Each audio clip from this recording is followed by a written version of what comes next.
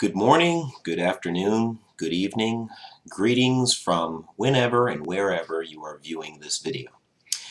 If you are viewing this video, it can only mean that you've registered for an online class at Mountain View College. My name is Dr. Ryan Pettengill. I'll be your professor for the next several weeks. The purpose of this video is not only to welcome you to the class, but it's also to get you acquainted with the guidelines, the expectations, and the requirements for this semester. So what I'd like you to do, if you've not yet done so, is download a copy of the syllabus. Now, the syllabus can be downloaded in Blackboard. Log in, choose our class, and then you're going to want to open the Start Here button. It's the first button on the left-hand side. It's all in cap letters, Start Here. You can also open up course information. It's in there too. But in any case, go ahead and download the syllabus in either one of those tabs and then come back and we'll revisit where we are going in this class. As I mentioned, this is an online class. The format is entirely online, and by online I do mean Blackboard, which means that every assignment that you complete will be done through Blackboard. That being the case, communication is really going to be essential over the course of this semester. You need to know how you best get a hold of me and get the information that you need so that you can do well in the course. Let's start out with the most effective way to reach me, and that would be email. You see the email address at the top of the syllabus there. That is the best way to get a hold of me, and if you get me a message Monday through Thursday before 3 o'clock, there's a very good chance that I respond on the same day. After 3 and on the weekends I'm a little slower, although I'd like to think that I'm accessible during those times too. But email is the best way to get a hold of me because I check that account regularly. Perhaps the next best way of getting a hold of me, especially if you're not around the area, the campus area, would be to call me. I do have an office. There is a phone in it. Even if I don't answer the phone, go ahead and leave me a message. And I might not call you back. I might just respond to your voicemail with an email. But in any case, I will respond if you leave me a message. Lastly, if you do happen to be around campus, I can certainly be reached in person. My office is located in W243 on Mountain View's campus. And I get here very early in the morning. If you are an early riser like I am, just go ahead and knock on my door if you see the light on. That light on means I want you to find me. Now, occasionally I'm running errands, I'm talking to people around campus, so if I don't answer the door, just wait a minute. There's usually a chair or two outside my office, so feel free to have a seat, and I shall return relatively quickly. Okay? If none of those options are going to work for you when it comes to meeting me face-to-face, email me and let me know what time will work for you, and I would be glad to arrange something that meshes with both of our schedules. I hold office hours regularly. You see them listed at the top of the page there. That doesn't mean that I can't meet with you any other time. It just means that if you show up during those slots, you're pretty much guaranteed to get some FaceTime with me. Okay? Moving on, I want to talk to you a little bit about the course description. This is the first half of the U.S. survey, which means that it's early American history. Now, a couple things about that. Number one, this starting point of this class, meaning where we're going to begin, is a little bit difficult for me to discern. I'll put it to you this way. It's the time period in world history where Europeans started showing up in the Western Hemisphere, later on Africans as well. The world had been cut off from each other for the better part of 3,000 years, and this is a really important date, not only in quote-unquote American history, but also in world history as well. We'll talk about that once we get into the age of exploration in this class. In any case, the ending point of our class is going to be a lot more identifiable. That'll be 1877, and by the time that this class ends, you'll know exactly why 1877 is such an important date. Okay? Now, what we're going to be talking about in between that time period is, a story, a narrative, however you want to look at it, that's, I hope anyway, a little bit different than that you may have been exposed to in high school, maybe even in college. Now, don't get me wrong, we're going to talk about George Washington and Abraham Lincoln and Thomas Jefferson and all the people that you typically associate with a class like this. I mean, you just can't help but to talk about Abraham Lincoln in History 1301.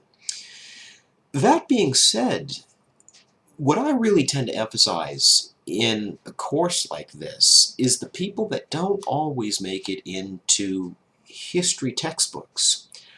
I'm going to talk to you about people like Anne Hutchinson, who in colonial New England had really gotten herself into some trouble with the town fathers, the powers that be, for conducting what can loosely be called Bible study.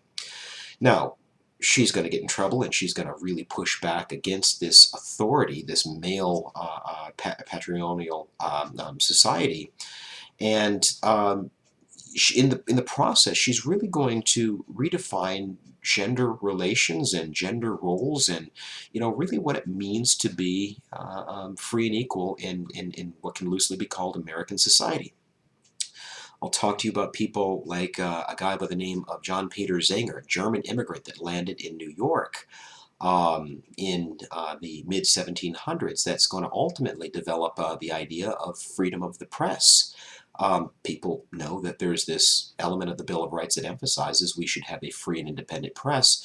I don't think a lot of people really understand why that is, and Zenger is certainly a big player in that process.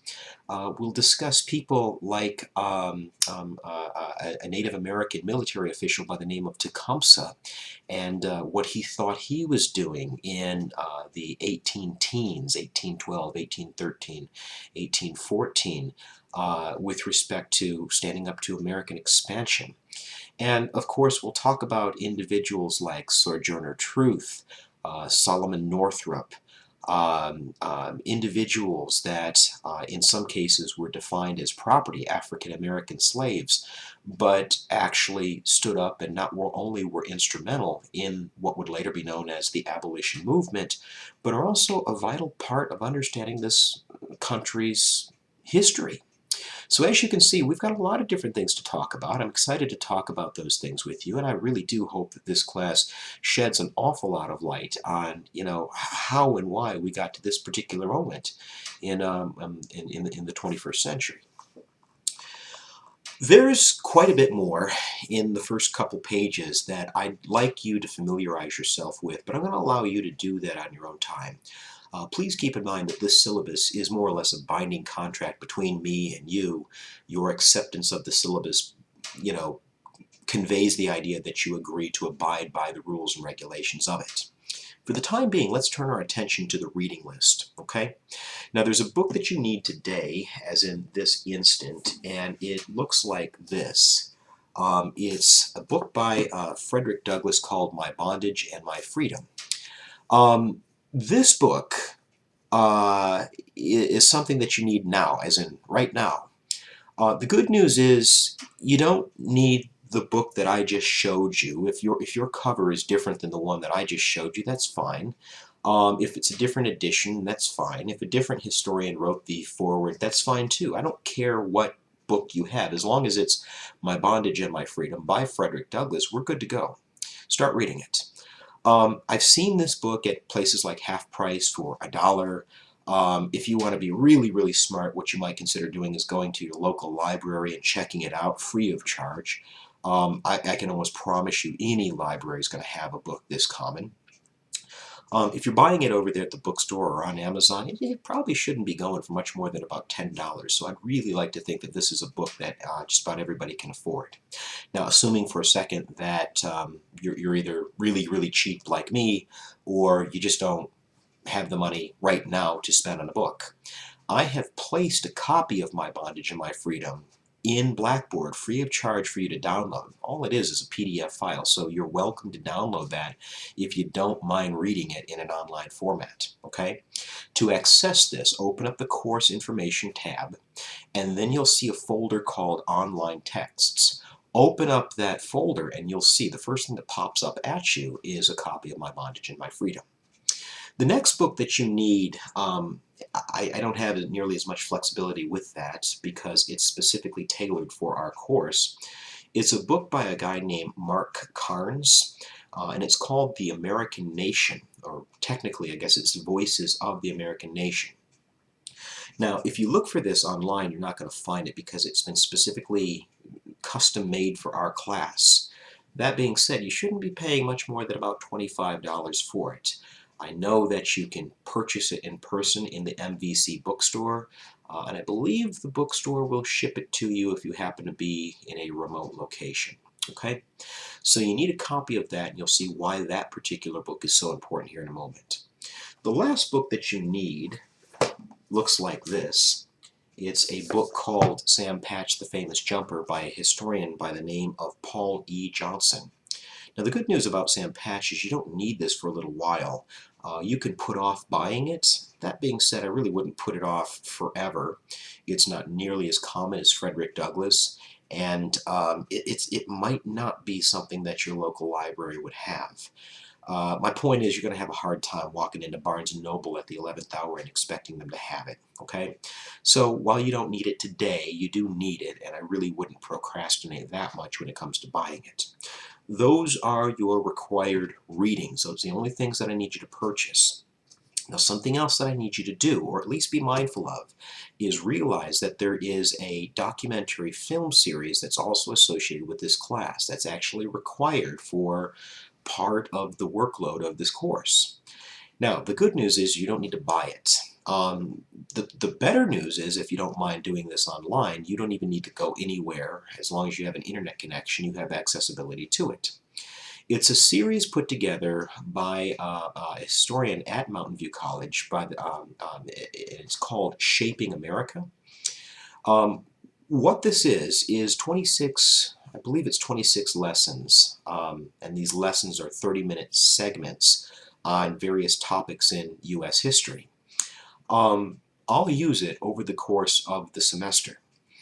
Now, if you happen to be around the area, my recommendation is go into the MVC library and download, or not download, but check out a copy of it. All it is a DVD collection, and the library has plenty of them. As a matter of fact, I just spoke to them and I told them bring some more of these copies in from storage because my students are going to come in to check them out. You can check these things out for the entire semester. So if you want to do that, that would be my recommendation. They're a little bit more user-friendly than the online version. But if you don't want to come in, if you don't want to check them out, or if you don't happen to be in the area, you can also use Blackboard to view these things. Again, in the Course Information tab, you will see a link called Shaping America Videos. That will take you to kind of like a table of contents, if you will. It'll be broken down by lesson 1 through 26, for example. Just choose whatever lesson that the syllabus says is due for this particular week, and you can watch it right there from your computer, your smartphone, your tablet, whatever it is that you're using these days. Okay? So that's the stuff that you need to complete this class. Again, there's a lot of other things in the syllabus on pages 2 and 3 that I'd like you to be familiar with over the course of the semester, but I'm not going to go through it line by line. What I will say as far as that part of the syllabus is I hope you get a lot out of this class. As a matter of fact, I have 2 really big goals for you over the course of the semester. The first is what I call an academic goal. Now, if you look at some of these student learning objectives or student learning outcomes, things of that sort, what they all tend to revolve around is academic goals like being a more critical reader. By the time that this class ends, I want you to think critically about the information that you're reading. And simply because, it's published through the Harvard University Press doesn't mean that it's gospel truth. It doesn't mean that it's etched in stone somewhere. Be critical of the information that you're getting fed in this class. I'm hopeful, very, very hopeful, that you're a better writer. Um, Practice makes perfect. I know that's the old adage, and believe me, we're going to practice a lot of writing in this class. And I realize that that's probably not, a favorite pastime of most of you. Writing very much is an acquired skill. The problem here is the only way that you can acquire it is by doing it. And I know several of you probably think that you're just not very good writers. You're probably not as bad as you think. But again, if you practice, especially if you practice in what I call a low risk, meaning that the assignment's not worth a whole lot of points, a low risk environment, you can't help but to get better at it. Okay, it's no different than any sport that you've ever played, or those of you that are musicians. The first time you picked up a guitar, you probably weren't very good at it. Played the piano, you didn't know what was going on. But over the course of time, as you practice more and more, you got better and better at it. Okay? So these academic goals, I'm hopeful that not only will they translate into other higher level classes that you're taking, not to say that this is a blow-off class or not important, but when you get to a four-year university, hopefully that translates so that you do have an idea as to what to expect when you write a paper. You do have something to expect when it comes to your own opinion, but also in the job market. I don't care if you're going into nursing or criminal justice. There will come a point in time where your superior in the job force will come to you and say, listen, I need you to analyze all of this information, all this data from various points, and I need you to put it in layman's terms. I need you to write a report, and it can't be a 50-page report. It can only be a 2-page report, and I need it by Friday. Practicing writing these short but relatively open-ended assignments is a very useful skill to develop, not just in the context of college or university, but the labor market as well. It is a very, very valuable skill to have, believe me. Okay. The other goal that I have, and this is a bit more philosophical than it is pragmatic, um, I hope to pique your political curiosity. Now, please understand exactly what I mean when I say that.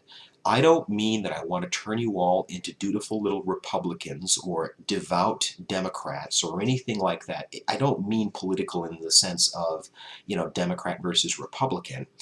I mean being politically aware of our surroundings, and more importantly, especially in the context of a history class, how we got to this particular moment.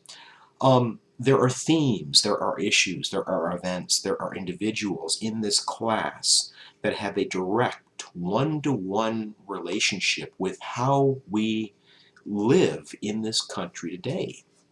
When the Supreme Court decides that it's going to hear a case and later on rule on that case, it establishes precedents and it establishes more or less the law of the land, whether Texas likes it or not, whether Massachusetts thinks that was fair or not. If you understand the Marbury versus Madison decision in the early part of the 19th century, this will shed a lot of light on why the Supreme Court is such a vital institution in our 21st century lives. In short, the reason that history classes and government classes, and in my opinion, economics classes, should be required is because what they help to do is educate our citizenry.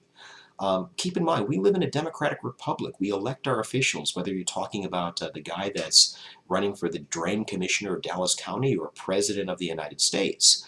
In order to be able to go out there and make an effective decision in the voting booths, you need a roadmap in terms of how we got to this particular moment in our American history. And I'm hopeful that this class is useful in terms of a civics service, a public service in that respect. Okay. So I'll get off my soapbox for the time being and let's get back to the syllabus. I'm at the bottom of page 3 now. What I want you to take a look at is the course outline, because this really is going to be our working Bible for the next few weeks. The course outline will not only tell you what particular topic we're going to be discussing on any given date or any given occasion. It'll also point out important dates, assignments and when they're due, and things that you should be paying attention to over the course of the semester, whether campus is closed or whatnot. Anyway, I want you to take a quick look at week 1. You'll see that in addition to a quiz that's due later on this week, you also have at least one discussion forum. I'll explain what that is here in a moment. You've got a discussion forum that's also due. You'll later on see that paper 1 is due in the upcoming weeks. Midterm exam, final exam.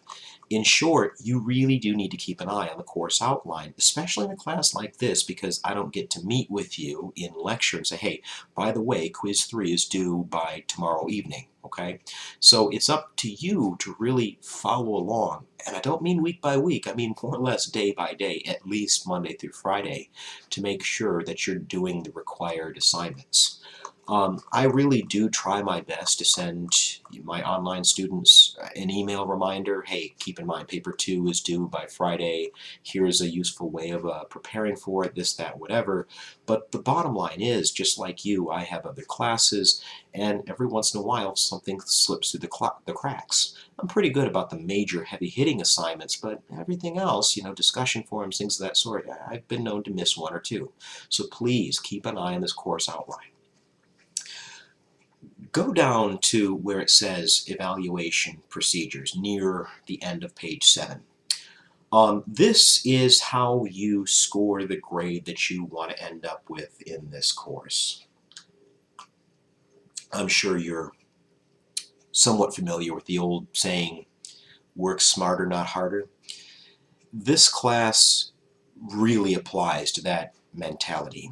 There are ways of really maximizing your efficiency and your effectiveness in this course. And it really starts with the first bullet point there, participation. That's worth 15% of your cumulative grade. And the good news here is you really are in control of how well you want to do, right? All it really is doing the assignment that I ask you to do. When I took this course in college, it was a 4-credit class. It wasn't 3 credits, it was 4. And part of the reason that it was 4 is, in addition to lecture, we also met one additional time during the week, and it was called recitation. And as a group, we would talk about themes, issues, readings, even questions that we might have to kind of supplement the learning process that we got in lecture. Obviously, we don't get to do that. I mean, this is, after all, an online class. I don't get to meet with you at all, really. So to supplement that, what I'm going to have us do is engage in weekly discussion forums. Now, if you look in Blackboard, what you will find is you will find a tab called Discussions. And every week, at least once, you're going to have to complete a discussion forum question, which is an open-ended question. I'm not looking for any specific right answer, but I do need you to fully engage the central question. And usually it'll either be, a chapter in your The American Nation. I'll abbreviate that to mean TAN, T-A-N, The American Nation. Or it will be one of the videos in Shaping America. In any case, it's going to refer you to a specific set of documents to examine, and then use those documents to answer a very open-ended question. Generally speaking, as long as you answer the question, I'm inclined to give you full credit for every time you chime in, okay? In short, there really isn't any reason everybody shouldn't score 15 out of a possibility of 15 points for participation. It's literally just keeping up with it on a week-by-week basis, okay? One last thing before I move on. For the discussion forums, if you miss the due date, it just goes away. It turns into a 0. That particular discussion forum turns into a 0. Now, in addition to the obvious part of what I mean by that is, if you logged in the day after it was due, you wouldn't find discussion forum 1, for example. It would just completely disappear in Blackboard, okay? So please, please, please remember, these things are going to be due every Friday by 11:59 p.m., okay? Any other questions, please email me, okay? The second most effective thing that you can do is complete the quizzes. Now, let me point out something really important about the quizzes. I'm going to give you 6 over the course of the semester. You can see every one of these quizzes in the Quizzes tab, which is underneath course information, content, that thing in Blackboard. And you can see all 6 of them. And theoretically, if you wanted to do all 6 of them tonight, I wouldn't recommend that, but you could do that. The thing about the quizzes is I give you 6, but you're only responsible for 5. Which means that if you miss one, you can still hit 15 out of a possibility of 15 points. If you do all 6 and you do them well, you can rack up 3 points of extra credit. So already there's ways of getting to the point where you want to get to in this class. The quizzes themselves aren't really quizzes in the traditional sense. They're more like open-ended, not open-ended, but open book and open note writing assignments. Again, I want you to practice writing in this class, and this is a really good way of doing so. Usually what the quiz will do, quiz 1's a little bit different, but what the quiz will do is point you to a specific document, Abraham Lincoln's Gettysburg Address, for example, and it'll tell you, use the Gettysburg Address to answer this following question, okay?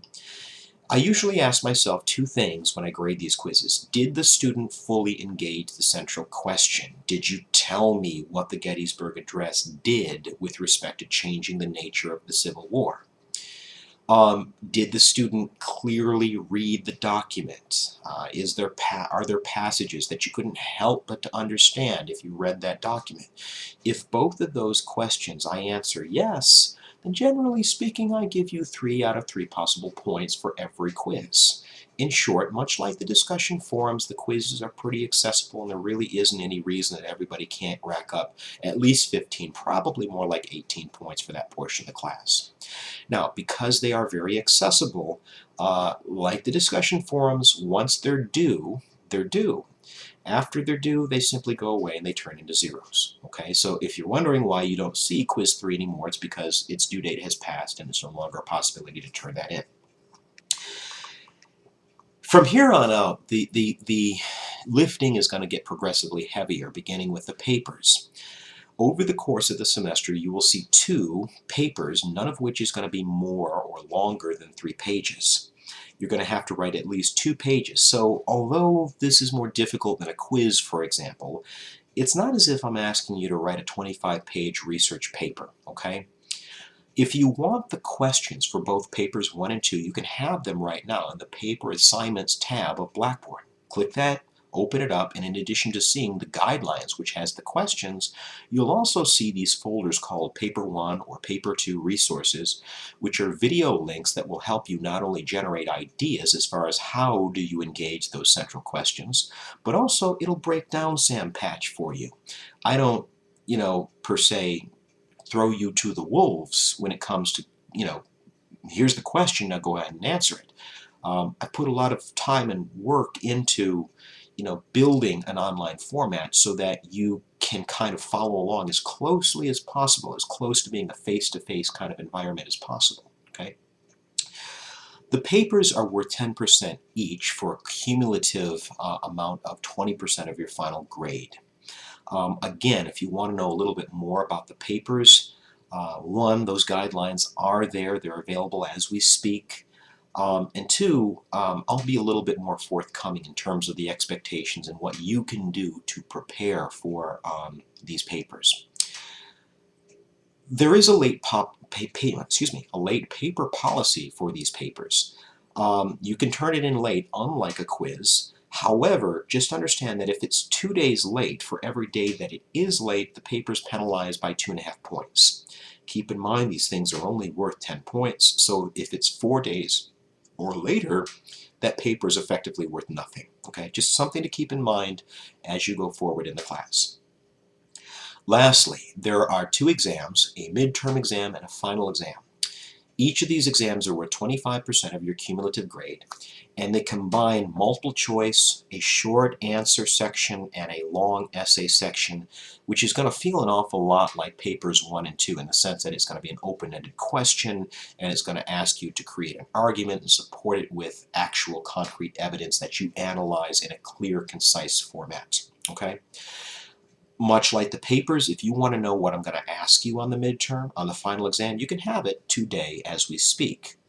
There is an exams tab in Blackboard. Open it up. In addition to the midterm exam, the final exam review guide, You also have access to discussion reviews, me talking to you about various ways to review for the final exam, for example. I highly encourage that you take advantage of those videos. They are designed to get you to kind of understand what I'm looking for when it comes to an essay response, for example. Okay? Um, if you miss one of these exams, or if you're out of town, whatever the case is, let me know so that I can help you access it. I'm not opposed to letting you take it early, or if need be, allowing you to complete the exam later on, as long as you have a pretty good excuse. But obviously I do need to know, and the onus is up to you to make those arrangements. You also see my grading scale in the middle to bottom portion of page 8.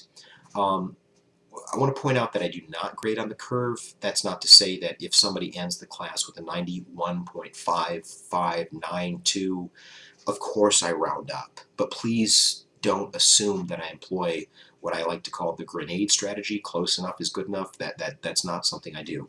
Um, the good news here is there's a lot of different avenues. There's a lot of different roads that you can take to get to 92, which translates into an A. You just need to be smart in terms of the way that you're trying to accumulate points, okay? A couple last bits of information that I think are worth pointing out. The withdrawal date is there on page 9. Please make note of that. You have up until that point to withdraw without this class appearing on your final transcripts as a letter grade, usually an F, usually doesn't end very well. There's some things about financial aid, some academic honesty that I'll get into even a little bit later this week. I think you need to be aware of that. Plagiarism is a very serious offense, and Mountain View takes that issue very serious. I take that issue very serious. Please know what constitutes plagiarism. And lastly, I reserve the right to change the syllabus with advance notice. Now, 9 times out of 10, if I make a change, it's usually I push a date back for a due date of an assignment. It usually always works out to the student's benefit, but I just thought I'd mention it so that we're all clear here. There's one last point that I want to emphasize that kind of correlates with the course outline. Again, I'm back on page 3, page 4, page 5. If you look at any week assignment, it'll say watch video lectures, numbers 1 through whatever. You can access those video lectures in the content tab of Blackboard. You should see content close to the top of the page on the left-hand side. If you open that up, you'll see a folder called Video Lectures. Inside that folder are 3 more folders, units 1 through 3. You're going to obviously begin in Unit 1 and progress from there. But these lectures are the same lectures that I give if I were having this class face-to-face.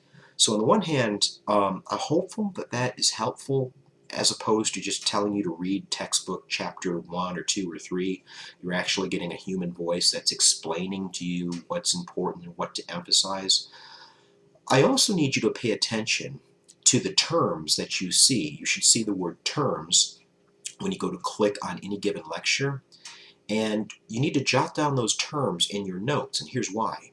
Number 1, those terms are really important points of my lecture, and if you can define, if you know what each and every one of them are, then you know you've done a good job taking notes on that particular lecture. Secondly, those terms are the building blocks for my midterm and final exam. Right? So for the multiple choice section, you'll see a term bank in the review guide, and those terms have been, involved in the lectures. They've been important points of the lecture throughout the course leading up to the midterm or final exam. Okay? So it's really, really important that you keep track of them, and if you do that, I promise you, you will be far, far, far more successful in this course as opposed to just kind of even listening to the lecture while you're on the Stairmaster or you're vacuuming around the house. If you're keeping track of the terms, you can't help but to do a lot better in the class. There are also PowerPoint presentations that coincide with each of the lectures that I give. For those of you that like something to go along with a lecture, a PowerPoint for example, that's great, but just understand that my PowerPoints There aren't blueprints of my lectures. They're more like roadmaps. They're going to show you where I am. I'm hopeful that that helps you on some level break down what's important and what you should emphasize in your notes. But they're not required. It's simply an aid to go along with the lectures, which actually are required that you watch. Okay? That's basically the course in a nutshell. I know that was a little bit long, but I want to be very thorough when it comes to the expectations and what you can do to really make this class not only a success, but enjoyable. You know, in my lectures, I always tell my class, this class can be as enjoyable and beneficial and as pleasant as you want to make it, or it can be as miserable as you make it. Okay? If you don't start preparing for paper one until 2 hours before it's due, you're not going to have a good experience. And that doesn't go just with this class, it goes with any other class, online, face-to-face, hybrid, or otherwise, that you're ever going to take. Let me close by saying this. My goal for you this semester is to have each and every one of you complete the course, right? I want this course to transfer to another institution. I want you to have a good experience. If at all possible, I want this class to really be a big help, a shot in the arm for your cumulative GPA. It very much can be. And although I have the goal of every single one of you completing this class with at least a C, ideally an A, I can't do this alone. There's only so many emails that I can send you. There's only so many video lectures that I can record. I'm going to need some help from you when it comes to meeting me halfway and working hard. Okay? I promise that I will work hard to meet your needs, to make sure that anything that I can do to make this class not only enjoyable but effective, I will do that. But like I said, I need some help. I need your cooperation. I need you to buy in when it comes to that. The last thing that I want to mention is that this is what we call a writing intensive course, which means that if you complete the course with an A, anybody 92 and above, you get honors credit for doing so. You don't have to complete another project. It doesn't spill out into the next semester. It is credited on your transcripts. You will see it as soon as I record the grades as having completed with honors. For those of you that are going to walk in graduation, you get an extra tassel to wear around your neck that conveys that you did. It conveys the message that you did complete at least one course with honors credit at Mountain View College. So there's added incentive to doing well in this course, not only completing it, but to completing it at the highest level and performance possible. I'm excited. If you can't tell, I'm very much looking forward to the semester. I'm looking forward to working with all of you. I'm hopeful that I get to meet at least some of you. If there's anything that you don't understand, that you're not quite clear on, please let me know. I'd be glad to clarify anything for you. You know how to get a hold of me, okay? So with that said, I hope that those pencils are sharpened. Those of you that wear glasses, they're polished, your attitude is right, and you're ready to hit the ground running. Okay? So let's go ahead and begin the semester on a high note. Best of luck to you. I'll see you later.